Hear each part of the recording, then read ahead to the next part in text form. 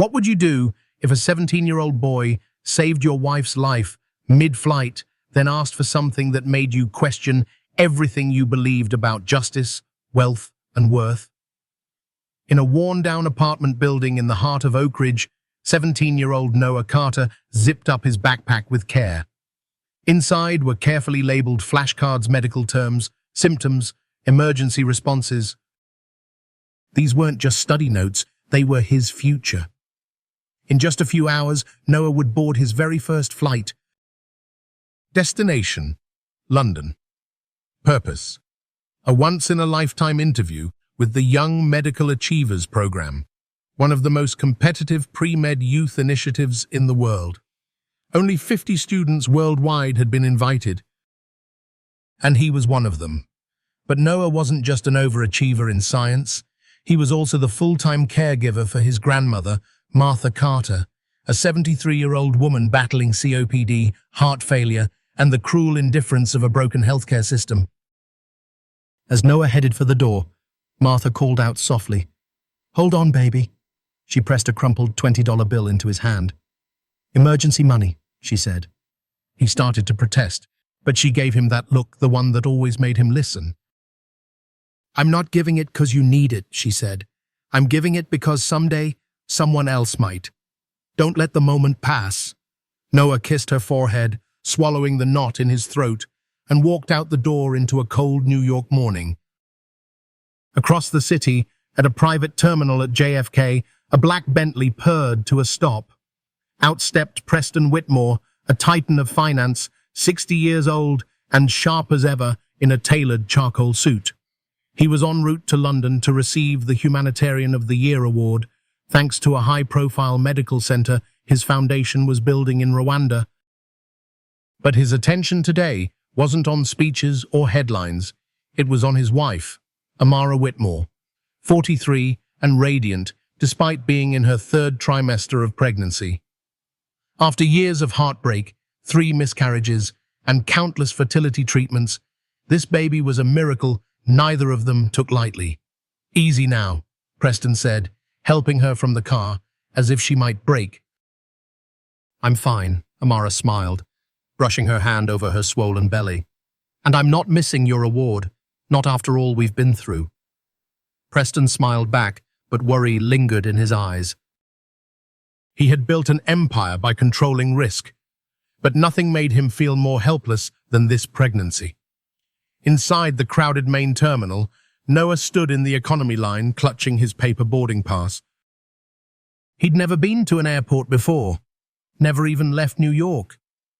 He was doing quick-fire mental drills in his head: symptoms of cardiac arrest, signs of anaphylaxis, how to detect a pulmonary embolism.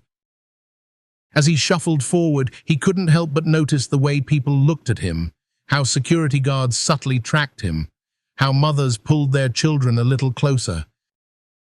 A tall black teen in thrifted clothes, traveling alone, he was used to it. But today, it stung more than usual. Today wasn't about surviving. It was supposed to be about rising. A few gates over, Preston and Amara were being ushered into the private lounge. Champagne for him, sparkling water for her. The staff addressed them by name, brought extra pillows. Preston typed away on his phone, coordinating with a private doctor in London. Amara flipped through a pregnancy magazine, pausing occasionally to rub her lower back. "Braxton Hicks again," she murmured. "Getting stronger lately?" "We should call Dr. Hale," Preston said quickly. "I'm fine," she reassured. "Just my body practicing." Farther down the concourse, Noah found a quiet corner and pulled out his flashcards again. His hands shook slightly, not from nerves, but from sheer fatigue. He hadn't slept much. The ticket had cost nearly everything he'd saved. The rest of the trip meals, lodging, was a puzzle he hadn't solved yet. He didn't tell his grandmother that the scholarship only covered part of the cost, that the rest came from birthday money, part-time jobs, and the small life insurance policy left behind by his mother, who had died of breast cancer when he was just 14. This wasn't just a trip, it was everything. Eventually, Noah boarded. He squeezed into a middle seat in row 38, between a snoring businessman and an elderly woman knitting. A far cry from the plush first-class pods where Preston and Amara stretched out with legroom to spare. As the engines roared and the plane lifted into the dark Atlantic sky, no one on board, not Noah, not Preston, not even Amara, knew how their worlds were about to collide.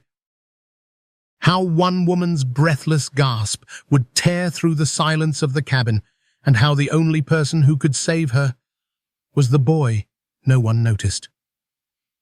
The boy in the back row. 4 hours into the transatlantic flight, the cabin had settled into a kind of hush that only long-haul journeys can create.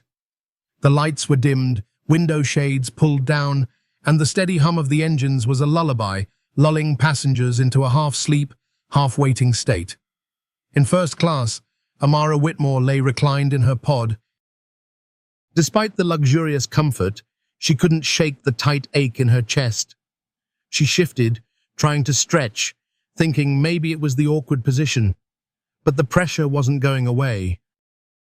In fact, it was getting worse. She pressed a hand to her chest, just beneath her collarbone. Her breath caught. "Preston," she whispered, not wanting to startle him if he was asleep. Her husband stirred instantly. Years of boardroom stress had made him a light sleeper. He looked over and saw the sheen of sweat forming along her hairline. "What is it?" "Just short of breath." Her words were light, but her face was pale. Preston immediately pressed the call button.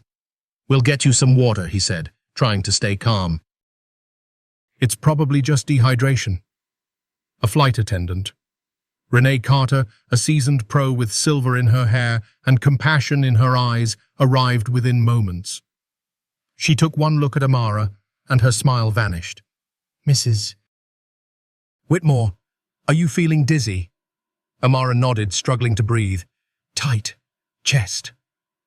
Renee knelt beside her, reaching for her wrist. Her fingers found a rapid, thready pulse.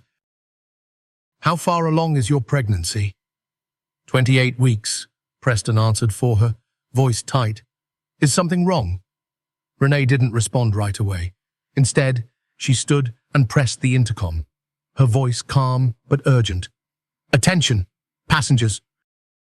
If there is a licensed medical professional on board, please notify a crew member immediately." In economy class, Noah Carter had just managed to get a short nap, despite being wedged between two strangers. The murmurs around him woke him up. He blinked. Something was off. A second flight attendant hurried down the aisle, an emergency medical kit in hand. He heard bits and pieces from nearby seats. "Someone in first class. Pregnant woman. Can't breathe." Noah's heart began to pound, not with panic, but recognition. He sat up straighter. The symptoms, the risk factors, pregnancy, shortness of breath, chest pain. It all came together in his head like puzzle pieces snapping into place. Pulmonary embolism. A blood clot in the lungs. His grandmother had one last year. He looked down at his worn hoodie, his faded jeans, his skin. He hesitated. Who would believe him? Who would listen to a teenage boy in coach? In first class, Amara was now gasping between words. Her lips had taken on a bluish tint. Preston gripped her hand tightly, panic rising. "Where's the doctor?" he asked, voice cracking. "Where's the help?" Renee shook her head. "We've checked every cabin." "No doctors on board." "What do you mean, no one?" "There may be someone else who can assist," she said carefully, turning as a younger voice approached from behind. "I'm not a doctor," Noah said as he approached, trying to keep his voice steady. "But I think I know what's happening." Renee blinked, taking in the tall, thin teenager with cautious curiosity. "We're looking for a medical professional." "She might have a pulmonary embolism," Noah said firmly. "Pregnancy increases the risk. Does she have swelling in one leg?" "Did the shortness of breath come on suddenly?" Renee froze. "How do you know this?" "My grandmother had the same symptoms. I helped care for her." "I've studied medicine for years," A voice interrupted sharp, demanding, "Who is this?" Preston's eyes narrowed as he took in the scene. "This is your backup?" Noah looked him straight in the eye. "Sir, I believe your wife's life is in danger. If I'm wrong, we'll know soon. But if I'm right," he paused. "You don't have time to wait." That was all it took. Preston stepped aside, barely nodding. Noah knelt beside Amara, speaking to her gently, steadily. "Ma'am, I need to check your legs for swelling. I know this is scary, but you're doing great." Amara nodded weakly. Her left calf was noticeably tighter. "Renee," Noah said without hesitation, "she needs oxygen immediately, and if there's aspirin in the emergency kit, she should chew one." "That can help slow the clot?" Renee opened the kit. "There is. No heparin, though." "That's okay." "Let's do what we can." They worked in tandem. Renee elevated Amara's legs. Noah monitored her breathing. Preston stood frozen, helpless, watching this teenager command a medical emergency with the calm of a seasoned nurse. Within minutes, Amara's breathing stabilized slightly. Color began to return to her lips, but her condition was still fragile. Renee relayed Noah's suspicion to the captain. The decision came quickly: emergency landing in Iceland. As the plane turned, Amara squeezed Noah's hand. "You're the only one who saw me," she whispered. "I didn't see a patient," he said softly. "I saw someone who needed help. That's enough." And for the first time in his life, Noah wasn't just the boy in the back row. He was the reason someone would live to see another day. The plane descended through heavy clouds, Iceland's rugged coastline barely visible beneath a curtain of fog. In the cramped cabin, everything was quiet, unnaturally so. No chatter. No clinking glasses, just the muted roar of engines and the growing tension of 200 passengers holding their breath. In the first-class pod where she lay, Amara Whitmore was no longer gasping for air, but her breathing was shallow, eyes fluttering closed and open again, fighting to stay present. An oxygen mask sat firmly over her face. Her left leg, now elevated, remained swollen, and her fingertips were cold. Beside her, Noah Carter monitored her pulse with unwavering focus. He had no fancy equipment, just 2 fingers pressed to her wrist, and a brain that had trained itself to adapt, to observe, to learn under pressure. It wasn't ideal. It wasn't perfect. But it was working. Preston Whitmore, her husband, had gone from skepticism to awe. He watched the teenage boy, hoodie, scuffed shoes, no credentials, handle the situation with a level of calm that many trained professionals lacked. For the first time in Preston's adult life, money meant absolutely nothing.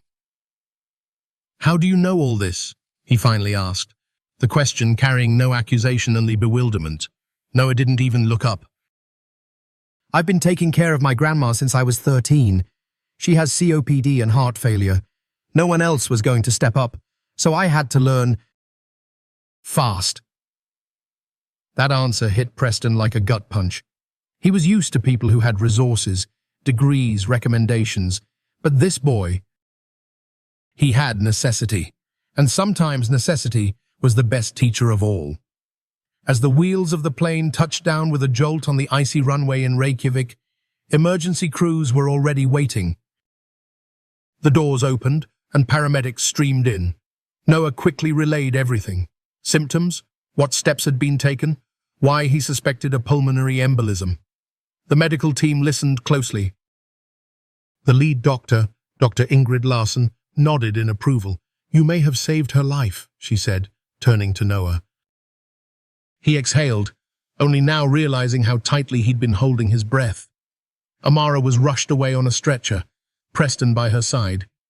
Noah stepped back, suddenly aware of the hush surrounding him. Dozens of passengers stared, their earlier assumptions dissolving. Some nodded. A few murmured, "Thank you." But Noah didn't bask in the moment. Instead, he looked down at his watch. London was 4 hours away. His interview was in 6. He wasn't going to make it. 2 hours later, in the fluorescent-lit waiting room of the hospital, Noah sat alone on a stiff plastic chair. His legs bounced restlessly. He clutched his phone but couldn't bring himself to check it. A nurse had handed him a cup of coffee from a vending machine. It sat untouched, going cold in his hands. "Noah Carter?" a voice called. He looked up. Preston Whitmore stood nearby, out of his usual element, wearing a hospital visitor badge instead of a tailored suit.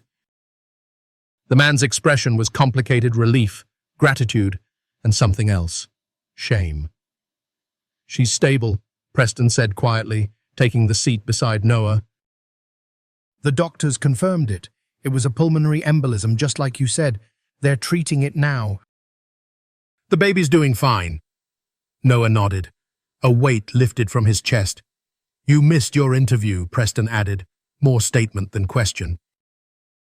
"Yeah," Noah said softly. "But it doesn't matter. She's alive." "That matters." Preston stared at him. This kid had just sacrificed his dream for a woman he didn't even know, and not once had he asked for anything in return. Not recognition, not reward, not even thanks. "Tell me something," Preston said, voice low. "What made you stand up on that plane? You could have stayed silent." "Most people would have." Noah shrugged, looking down at his hands. "My grandma always says panic wastes oxygen. We don't have the luxury to waste anything. Not time, not knowledge, not courage." He glanced up. "If you can help, you help. Doesn't matter what people think you look like." Preston leaned back, exhaling slowly. That single sentence shattered a lifetime of assumptions. Noah's phone buzzed.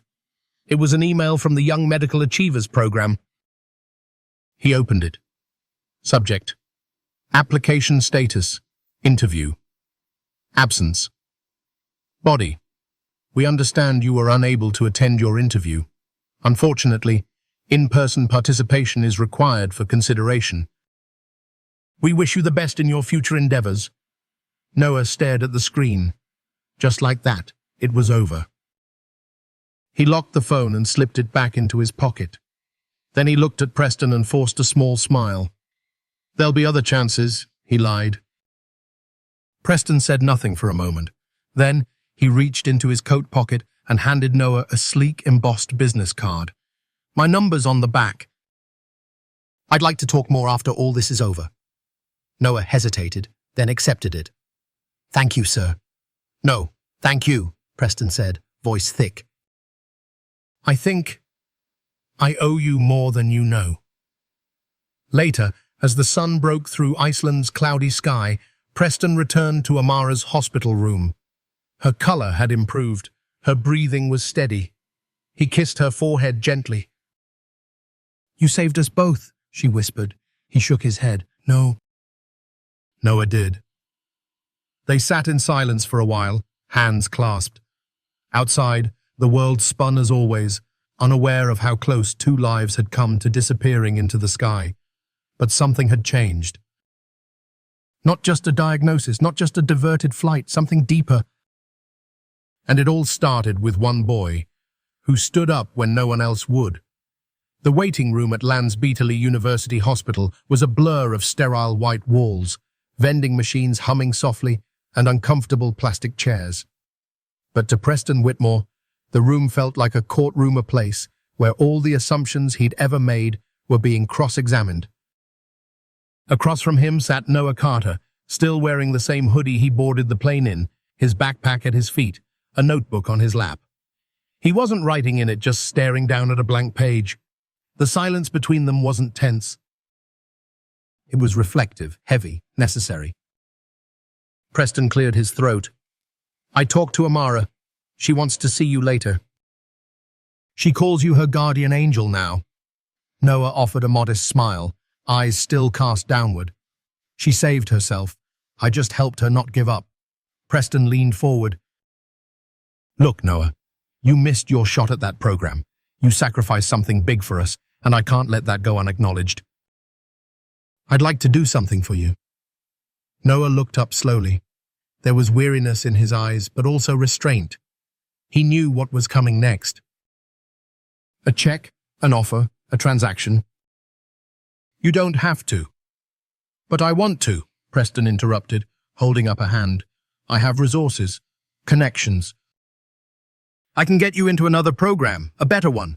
Full ride, medical school, everything paid for. You name it, I'll back it. Noah was silent. Then he did something unexpected. He shook his head. That's generous, Mr. Whitmore, really, but that's not what I want. Preston blinked. He had spent his entire life assuming everyone had a price or at the very least, a need that money could solve. You don't want a scholarship. I want something else, Noah said carefully. He pulled his backpack closer and opened a side pocket. From inside, he took out a worn photo creases on the corners. The colors faded with time. He slid it across the table. It was a picture of an elderly black woman with silver hair and the warmest eyes Preston had ever seen. She was standing on a stoop, holding a younger Noah by the shoulders. Her smile radiated a kind of pride that didn't need money to shine. This is my grandma, Noah said. Her name's Martha. She's raised me since I was 10. She's got heart failure, arthritis, and a whole list of conditions the clinic just keeps managing, not treating. Preston listened. We live in Oak Ridge. It's not the kind of place people build hospitals in. The nearest specialist is 2 buses and a train away. Our clinic's always short-staffed. The pharmacy runs out of meds every month, and don't even get me started on Medicaid paperwork. Noah paused, choosing his words carefully. If you really want to help, help her. And people like her. Not with a one-time donation, but something that lasts. Preston sat back, stunned. He had been prepared to sponsor a student, sign a check, shake hands. But what this young man was asking for was systemic. It wasn't charity, it was infrastructure. You want a clinic? No, Noah said quietly. I want a community health center, one that actually serves the people who live there. Specialists, dentists, mental health, transportation for patients who can't walk the stairs or ride 3 buses, programs for the elderly who are raising their grandkids, real care, not Band-Aids. Preston stared at him. This wasn't a teenager asking for help. This was a future leader giving a blueprint. You've thought about this, Preston said. Every day, Noah replied. The room was still. Then Preston nodded slowly. You know I've been funding a medical center in Rwanda. I read about it, Noah said. It's good work, but there are places in America that need help too. Just because we're a rich country doesn't mean everyone's taken care of. The words hit Preston harder than any boardroom deal ever had. And you'd be willing to help design something like that? If you'll listen to people who actually live there, yeah? I'll help. Preston reached into his coat pocket and pulled out a notepad. For once, he wasn't the man offering solutions. He was the man taking notes. Later that afternoon, as Amara Whitmore lay resting, Noah visited her hospital room. Her face lit up when he entered. You look like you haven't slept, she said. I haven't, Noah grinned. She took his hand. They told me what you did, and what you asked for. That's remarkable, he shrugged. It's just what's needed. She smiled softly. That's what makes it remarkable. That night, back at the hotel provided by the airline, Preston sat in his room staring out at the Icelandic night. Snow clung to the window panes. He wasn't thinking about market forecasts or the speech he missed in London. He was thinking about a grandmother on the 5th floor of a broken-down walk-up in Oak Ridge who hadn't left her building in weeks because no one had fixed the elevator. And about her grandson who had every reason to think small, and instead chose to think for an entire community. For the first time in years, Preston felt something deep stir inside him. Conviction. 2 weeks later, a sleek, black Bentley slowly rolled through the streets of Oak Ridge, a working-class neighborhood in uptown Manhattan that rarely saw that kind of luxury vehicle pass through unless it was lost. In the back seat, Preston Whitmore sat rigid, hands folded, cufflinks glinting against the sunlight. Amara, visibly pregnant now as she entered her third trimester, rested beside him, her hand on her belly. They were headed somewhere neither of them had ever been. Not for a gala, not for a photo op, but for something that felt necessary. "Are you nervous?" Amara asked gently. Preston glanced at her. The man who could negotiate billion-dollar mergers without breaking a sweat looked like a student on his way to detention. "A little," he exhaled. "It feels important to make a good impression." She reached over and squeezed his hand. "Just be honest. That's the man they need to see." As the car pulled to the curb in front of a weathered brick building, Noah Carter was already waiting outside. He waved them over with a wide smile, dressed casually in jeans and a faded Howard University sweatshirt. Preston stepped out, immediately noting the sagging fire escape, the elevator out of service sign taped to the entrance, and the steep concrete stairs that wound up to the top floors. "She's excited to meet you," Noah said, extending a hand to help Amara. "Fair warning, Grandma made enough food for 20 people. Amara laughed. "That's already the best thing I've heard all day." The climb to the 5th floor was slow and careful. Preston insisted on carrying the large gift basket they'd brought, a small gesture compared to what they owed, but a symbol of goodwill nonetheless. "Grandma hasn't been outside in almost 3 weeks," Noah said quietly, as they paused on the 4th floor landing to catch their breath. "The oxygen tank is too heavy for her to carry down, and I've been juggling school and work." Preston took mental note. Elevator repair, transportation support. Priority 1. When they reached apartment 5B, the door opened before they could knock. Standing there was Martha Carter. She wore a pressed floral dress, a soft cardigan over her shoulders, and her silver hair was neatly styled. An oxygen tube rested below her nose, connected to a portable tank beside her. Despite the obvious signs of frailty, her presence filled the room with strength. "So," she said, her eyes sweeping over Preston and Amara, "these are your airplane people." "Yes, Mom," Noah smiled. Come in, come in." "Don't stand there letting all the heat out." The apartment was small but spotless. Photos lined the walls. Noah as a baby, Noah at science fairs, Noah in church clothes next to a woman who could only be his late mother. The smell of cornbread and collard greens filled the air. "Mrs. Carter," Preston began, setting the basket on the table, "thank you for welcoming us." "We're honored to be here." "Set those down and sit," Martha instructed, waving toward the living room. "We'll get to the gifts later. First, I want to look at the people my grandson saved." They settled into the small space. Amara in the recliner, Preston on the sofa. Martha took the rocking chair and faced them with a shrewd, curious gaze. She studied Amara first. "You look better than Noah described from the airplane. Got color back in your cheeks." "How's the baby?" "Strong," Amara said with a soft smile. "Doctors say she's growing perfectly." Martha nodded. "Good. That child's got a guardian watching over her already." Then she turned to Preston. "Now, Mr. Millionaire Man." Preston blinked. "Noah says you're planning some kind of health program for the neighborhood. Tell me what that really means." Preston paused. He had prepared a speech. Something polished, practiced. But in this room, it felt wrong. "It means I've spent most of my life looking past places like Oak Ridge," he said honestly. "I gave to causes overseas, built hospitals in places I'd never visited, because it made me feel like I was doing something.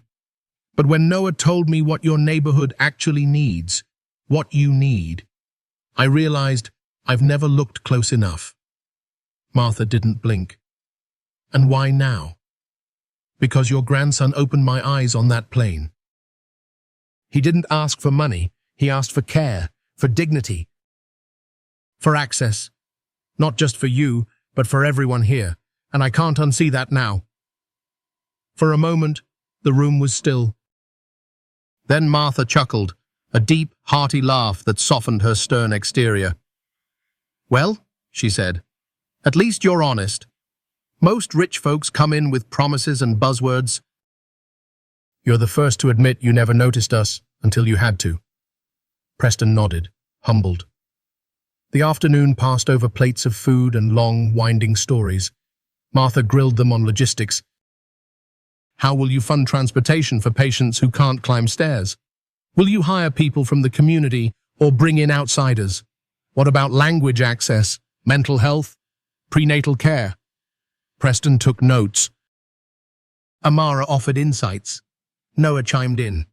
By the end of the meal, the blueprint of a real initiative had begun to take shape, not from above, but from inside the room.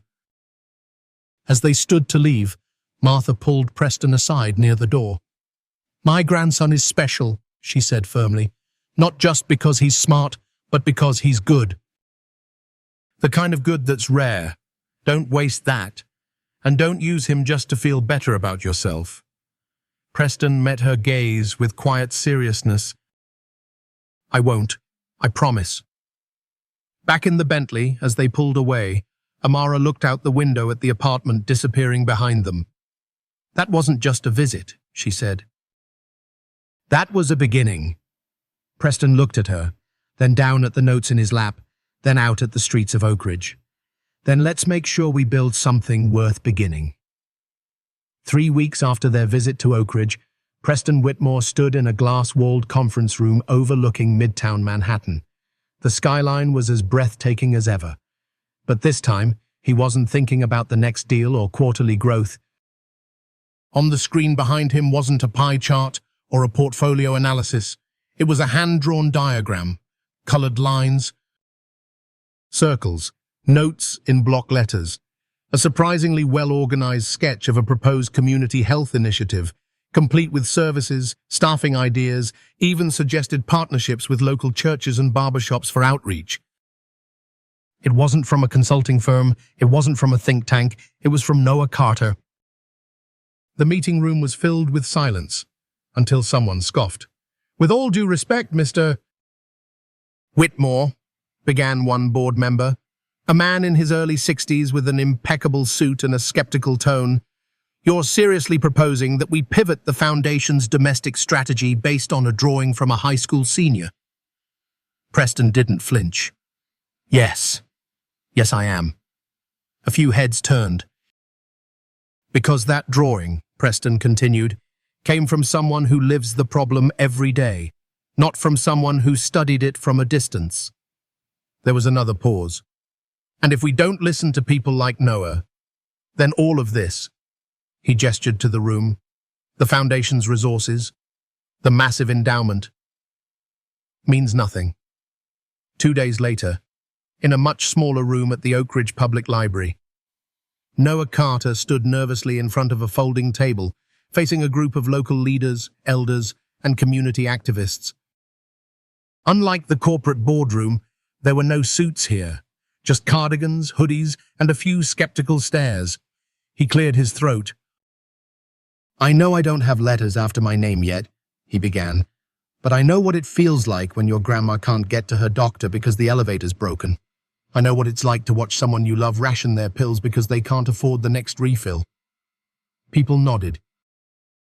A few murmured, this center isn't about charity, it's about dignity. It's about saying, we deserve access to care just like anyone else. Someone in the back called out, what makes you think this one won't disappear in a year like the others? Noah didn't hesitate. Because this one starts with us, not them. That's the difference. Over the next several weeks, something remarkable began to unfold. The blueprint became a plan. The plan became a proposal. Preston's foundation pledged the seed funding, but with a condition Noah had insisted on, community co-ownership. Every major decision would include local leaders. Every hire would prioritize people from Oak Ridge. Every service would be built with cultural competence in mind. And Noah? He was more than just the inspiration. He became the liaison, the youth voice, and eventually a paid community advisor.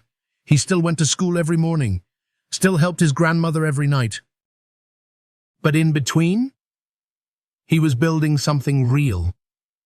One afternoon, after a long meeting with city officials, Preston and Noah walked through the empty lot that would soon house the Oak Ridge Community Health Center. The building that once stood there had been condemned for years, a ghost of neglect and abandonment. "You sure about this spot?" Preston asked. Noah looked around. "Yeah, people pass it every day. It's part of the neighborhood." "Turning it into something good that matters." Preston nodded. "There's a poetry in that." Noah smiled. "You're getting soft on me, Mr. Whitmore." Preston chuckled. "Maybe I'm just finally listening." Not everyone was thrilled about the project. Some longtime residents were skeptical. Some accused Preston of trying to clean up his public image. Others didn't trust that the system would really work this time. But the difference was, this time, the face of the project wasn't a corporate logo. It was Noah. He showed up at churches and block parties. He listened more than he spoke. He translated city documents into plain language. He helped seniors fill out health forms. He invited criticism. He answered every question. Slowly, hearts began to shift. Back at home, Martha Carter watched the transformation quietly. One evening, as Noah walked in, tired but beaming from a long planning session, she stopped him in the hallway. "You carry yourself different now," she said. "How so?" "Like someone who knows they're not invisible anymore." Noah paused. "Feels strange. Good, but strange." She nodded. "That's what change feels like, baby." Meanwhile, Amara Whitmore watched it all unfold from a different kind of front row bed rest. Her pregnancy had become more delicate, and her doctors insisted she slow down. So she followed every update through photos, calls, and handwritten notes Noah dropped off regularly. One day, he included a small envelope. Inside was a printed mock-up of the dedication plaque. At the bottom, beneath the logos and funding acknowledgements, were 2 lines in bronze lettering. "The Lord puts knowledge where it's needed." Martha Carter. Amara cried for 5 straight minutes. Then she called Noah. "When this baby's born, I want her to know everything about your grandma, about you, about this place. Because I want her to grow up knowing what real strength looks like. In a world often divided by zip codes, wealth brackets, and race, the blueprint was more than just architecture. It was a reimagining of what's possible when people see each other clearly. And when one boy from the back row refuses to stay silent. It was 3:12 a.m. when Noah Carter's phone rang. He woke with a jolt, blinking into the darkness of his bedroom in Oak Ridge. For a split second, his brain scrambled to remember where he was. Home, not the hospital. But the name glowing on the screen made everything clear. Preston Whitmore. He picked up immediately. "Noah, it's happening," came Preston's voice, breathless. "We're at New York Presbyterian." "Amara's in labor." Noah sat straight up. "Is she okay?" "She's strong, but the doctors say it's early." 6 weeks early." There was a pause. "She asked for you." When Noah arrived at the hospital 40 minutes later, he wasn't sure what to expect. But he certainly didn't expect to find Preston Whitmore pacing the waiting room like any other nervous husband, hair a mess, tie half undone, holding a paper cup of untouched coffee. For once, there was no air of Wall Street power, no boardroom calm, just a man about to become a father. "She's asking for updates every 10 minutes, Preston said with a shaky smile. "And she made me promise to tell you the moment the baby comes out." "Of course," Noah replied, placing a hand on his shoulder. "And," Preston looked at him, "she wants you to be one of the first to hold her." Noah blinked. "What?" "She said if you hadn't been there on that plane, she wouldn't be here. Neither would our daughter. You saved us both." 3 hours passed in a blur. Then, at 6:47 a.m., the waiting room doors burst open. A nurse walked toward them, smiling. "Congratulations, gentlemen," she said warmly. "You've got a healthy baby girl, 5 pounds even, breathing well on her own. She's tiny, but strong." Preston exhaled for what felt like the first time in hours. His knees almost gave out. "They'll bring her to the NICU for monitoring," the nurse added, "but she's stable." "And your wife is doing great. Can I see her?" "In a few minutes. But your wife had one request." The nurse turned to Noah. "She wants you to hold the baby first."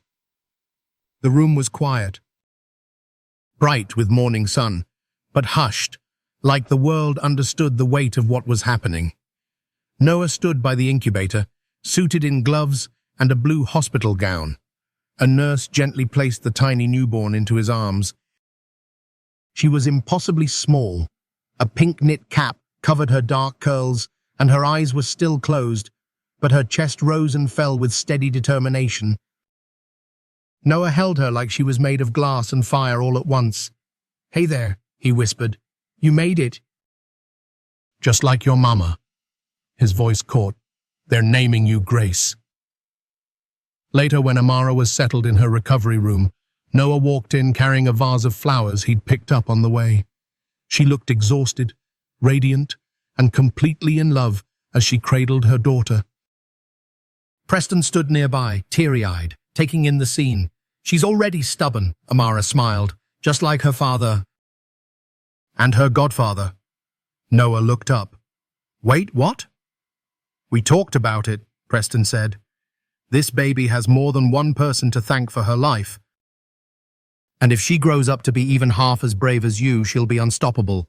Amara nodded. "We want you to be Grace's godfather, if you'll accept." Noah's eyes welled up. "Of course I will." That weekend, word of Grace's birth spread through Oak Ridge faster than any city announcement ever had. The bodega on 3rd Street put up a handwritten sign. "Welcome, baby Grace. You already changed the world." Churchgoers at St. Luke's added her name to the Sunday prayer list. Even the old mechanic who'd once chased kids off his lot came out and said, "That boy, Noah, he's got God's favor on him." That baby too. But to Noah, the most moving moment came when he returned home and found his grandma waiting in her chair, holding a photo Noah had just printed at the drugstore. It was of him cradling Grace. Martha smiled through tears. "You're part of a legacy now," she said, "and so is she." 1 week later, a quiet ceremony took place in the neonatal ward chapel. Grace Elizabeth Whitmore was baptized by Reverend Elijah Cross from Bethel AME Church. Only immediate family attended: Preston, Amara, Noah, and Martha. The moment the Reverend said, "Do you, Noah Carter, promise to guide this child in wisdom and faith?" Noah didn't hesitate. "I do." And as water touched Grace's forehead, Preston whispered something only Amara heard. "That boy just changed my whole definition of manhood." Back at the foundation office, the final plans for the Oak Ridge Community Health Center were being printed. But on Noah's desk, next to the blueprints and task lists, sat a new photo frame. One side, baby Grace sleeping, tiny fingers curled into fists. The other, Martha Carter, eyes twinkling. Two women, two generations, both carrying his heart. The first crack didn't come from the outside. It came from City Hall. 3 weeks after Grace's birth, just as construction equipment finally rolled onto the abandoned lot in Oak Ridge, a cease and desist notice appeared on the chain-link fence. Bright red ink stamped across it. "Permit review under investigation." Noah Carter stared at the paper in disbelief. "What does that even mean?" he asked the foreman, who was already packing up his crew. "Means someone's pushing back," the man replied, tightening his jaw. "You've rattled a few too many cages, kid." Back at Preston Whitmore's office, Noah paced the floor while Preston stood near the window, phone to his ear, frustration written all over his face. "That permit was cleared 3 months ago," he barked. "Reviewed, stamped, funded. Who the hell is pulling strings now?" On the other end of the line, silence. Then a vague excuse. "We're just following standard review protocol, sir." Preston hung up and turned to Noah. "It's political." "Meaning?" "Meaning someone doesn't want this clinic to open, and they're using the system to stop it. The next day, it hit the press. A conservative news blog ran the headline, "Millionaire funds youth-led clinic in crime-ridden neighborhood. Is it a PR stunt?" By the next morning, a second article followed. Unqualified teen given advisory role in healthcare project, backed by billionaires. Noah's inbox flooded with hate mail. His social media lit up with comments like, "Stick to school, kid. Another woke scam in the making. We don't need clinics. We need cops." The sting came not just from strangers, but from people he'd once admired. That evening, Noah sat in the corner of the Oak Ridge Library, hood over his head, trying to disappear into the wallpaper. He hadn't told his grandmother. Not yet. He didn't want to worry her, but the doubt it crept in. What if they were right? He wasn't a doctor. He wasn't a politician. He was just a 17-year-old kid with a drawing and a dream. Was it all too much? But just when the weight felt too heavy, he heard a familiar voice behind him. "Mind if I sit?" It was Dr. Ingrid Larson, the Icelandic physician who had verified his assessment on the plane. She happened to be in New York for a medical conference. Amara had called her. "I heard about the roadblock," she said, sliding into the seat across from him. Noah nodded, eyes down. "They're saying I'm just a kid." She smiled gently. "You are, and that's why you scare them." He looked up, confused. "People in power don't fear experts," she continued. "They fear clarity. You walked into chaos with no title, no degree, and made a life-saving call. Then you turned that clarity into action. That threatens people who've built their careers on delay and doubt." 2 days later, Noah was called into a private meeting at a community development office downtown. He expected a routine permit hearing. What he got was an ambush. The room had 5 people, 3 city officials, a building inspector, and 1 man he didn't recognize. Deputy Chief Warren Tate, Deputy Chair of Urban Policy, and a known ally of real estate developers. "Mr. Carter," Tate said with a smile too sharp to be sincere, "we appreciate your passion, but our concern is sustainability. We have funding. Yes, but long-term operation? Oversight? Liability?" Noah remained calm.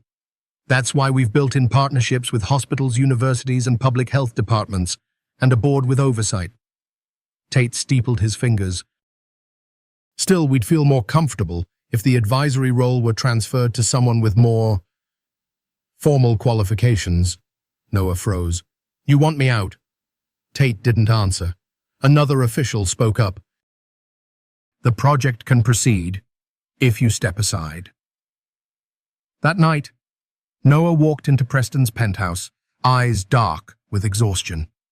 He dropped the folder of documents on the marble countertop. "They want me gone." Preston picked it up, scanned the memos, and swore under his breath. "We'll fight this." "But should we?" Noah asked. "If my being there is what's holding it back, if stepping away gets it built faster, shouldn't I just go?" Preston stared at him, then walked over and placed both hands on Noah's shoulders. "No, because then they win. And the next time a kid tries to do something that matters, the world will say, 'Sit down.'" Noah Carter couldn't even finish it. The next morning, Martha Carter called a meeting, but not in an office. She called it in the church basement. Word had already spread, and nearly 60 residents showed up. Noah walked in expecting anger, but instead he found support. Ms. Doris, who ran the food pantry, stood up first. "I may not know healthcare, but I know my blood pressure's been steady since that boy taught me how to read my meds right." Then came Pastor Elijah, who said, "If Jesus waited on credentials, none of his disciples would have been called." And finally, Amara, still recovering but glowing with fire, said from her chair, "Noah's the reason I'm here. And if anyone thinks we're going to let this project be stolen from the people who birthed it, they don't know Oak Ridge." The room erupted in applause. Later that week, a surprise motion was filed. Julian Wells, a civil rights attorney and longtime family friend of the Carters, stepped forward to represent Noah pro bono. He cited precedent, public interest protections, and municipal obstruction tactics. The story hit local media again, but this time with a new headline. Teen community leader fights back against political interference with neighborhood behind him. Suddenly, the pressure shifted. City Hall went quiet, and a week later, the red-stamped permit was reinstated. That night, Preston called Noah. "They tried to bury you," Noah replied with a quiet fire in his voice. "They forgot. I'm from Oak Ridge. We don't stay buried long." The morning air in Oak Ridge carried something different.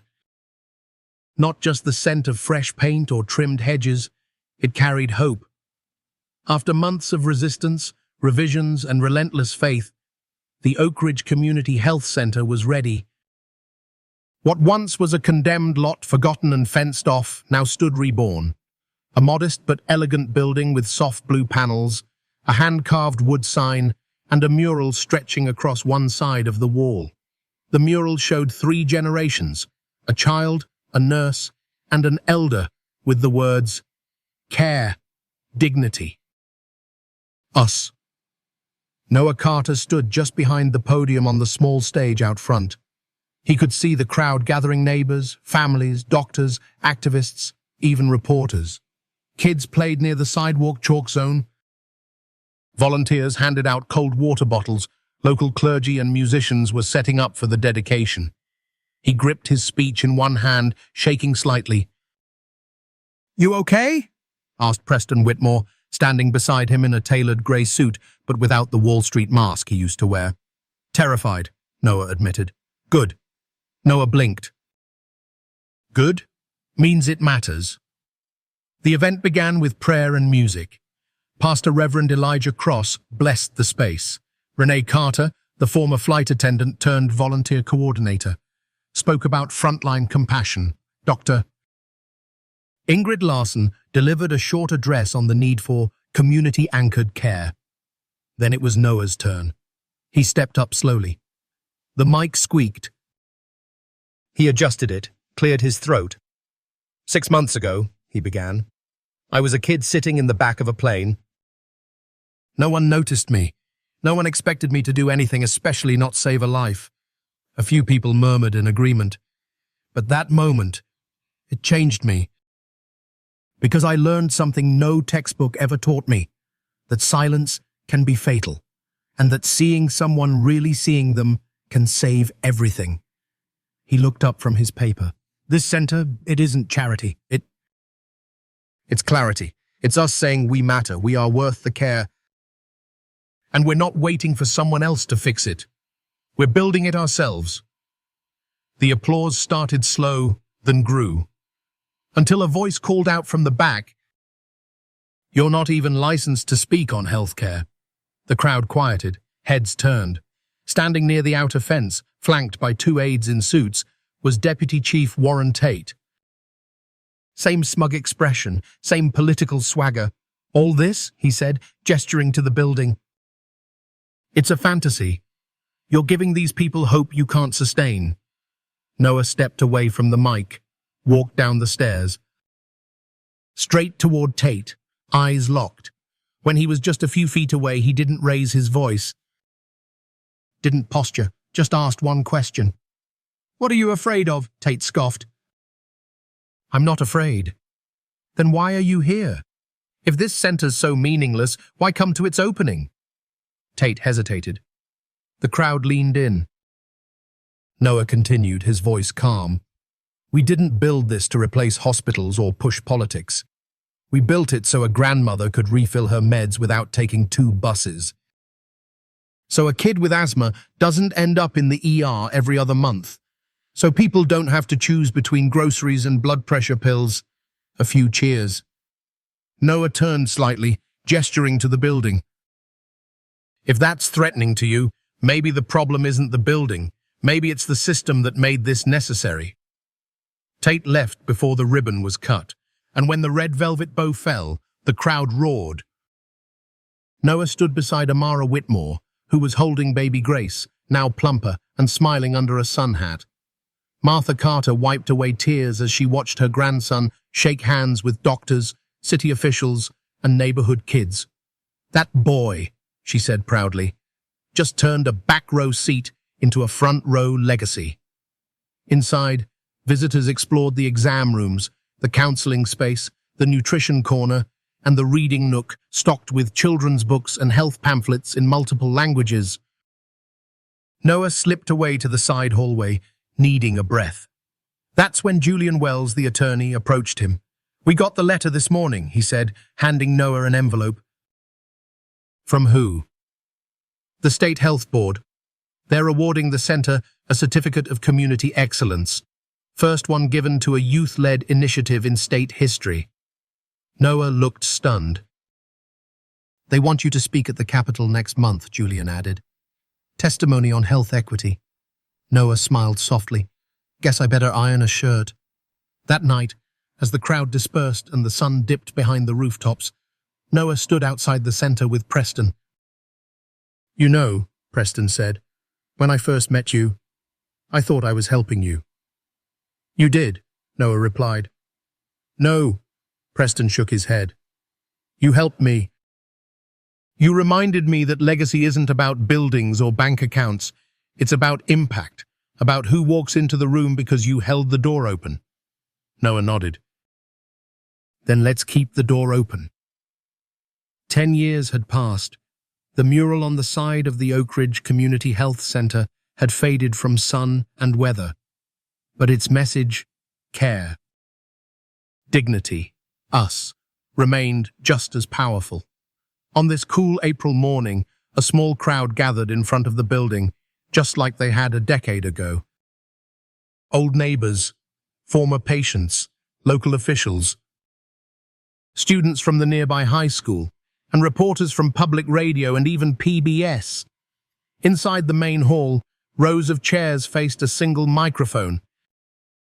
At the front sat a plaque that read, "The Noah Carter Lecture Series, Voices for Community Justice." A soft-spoken woman in her early 30s took the stage. "Good afternoon," she said, her voice steady and clear. "My name is Grace Elizabeth Whitmore.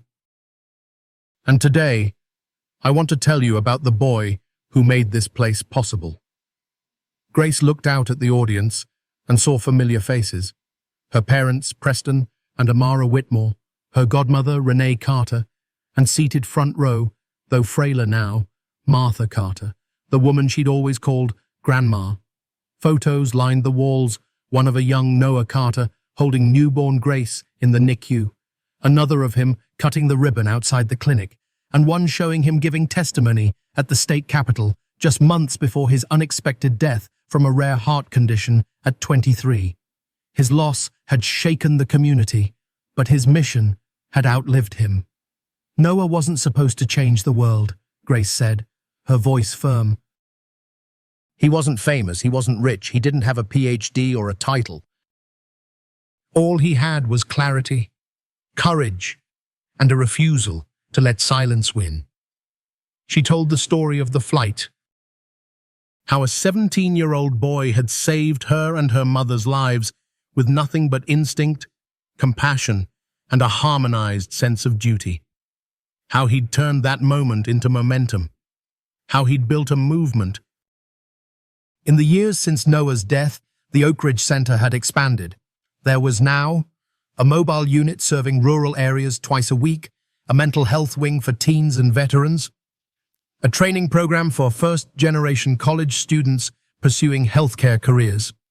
And this year, the center had announced its next initiative, the Noah Carter Youth Fellowship, funding community health innovation ideas led by young people. That was Noah's vision, Grace said. That we wouldn't wait for the world to care. We would make it care. After her speech, as the room stood in ovation, Grace made her way to the mural wall outside. A cloth had been draped over a new panel. With a nod from Preston, Grace pulled the cover down. Beneath was a bronze sculpture, Noah seated on a bench, head slightly turned, one arm outstretched as if inviting someone to sit with him. Beneath it, a quote, "If they don't see us, we'll make them hear us." Noah Carter, age 17. Tears rolled down Martha Carter's cheeks as she stood and placed her hand on the statue's shoulder. "You were always more than a boy," she whispered. "You were a bridge." Later that day, Grace sat in the staff lounge with her mother, Amara. "Do you ever think he knew," she asked, "that he wouldn't be here long?" Amara sipped her tea before answering. Noah didn't live like someone running out of time. He lived like someone running toward purpose. And I think he knew the race wasn't about how far he got. It was about how many he carried with him. Grace nodded. "Then I guess it's my turn to carry someone next." That evening, the center's halls quieted again. Lights dimmed. Outside, a little boy waited with his mother for a wellness class to start. The mother bent down and pointed at the statue. "Do you know who that is?" The boy shook his head. "His name was Noah. He helped save a baby girl once." The boy blinked. "What happened to the girl?" The mother smiled. "She grew up. She built things.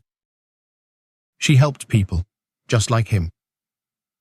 At 8:03 p.m., the center's lights switched off for the night. But inside its walls, on a corkboard in the hallway, one note remained pinned where staff never took it down. A handwritten message by Noah himself from the day of the ribbon cutting. "This building isn't mine, it's yours. Use it loud. Use it kind, and never wait to be qualified to care. NC." And under that, someone had scribbled a reply years later in blue marker. "We didn't wait, we built. GEW." The story of Noah Carter is not just about a teenage boy saving a pregnant woman on a flight. It's a powerful reminder that you don't need a title, a degree, or wealth to make a lasting impact. In a world that often tells us to wait until we're qualified, Noah chose compassion over hesitation. He spoke up when others stayed silent. He didn't let age, race, or class define his capacity to care. For older adults, this story is a gentle but stirring call. Your influence doesn't fade with time, it deepens. Whether you're a grandmother offering wisdom, a retired teacher encouraging a neighbor, or simply someone who still believes in doing the right thing, your voice still matters. Your kindness still builds bridges. Noah's legacy teaches us that we all carry the power to create spaces of dignity, healing, and hope. And sometimes, the greatest heroes are the ones who simply refuse to walk away. Don't wait to be qualified to care. Let that be your daily reminder.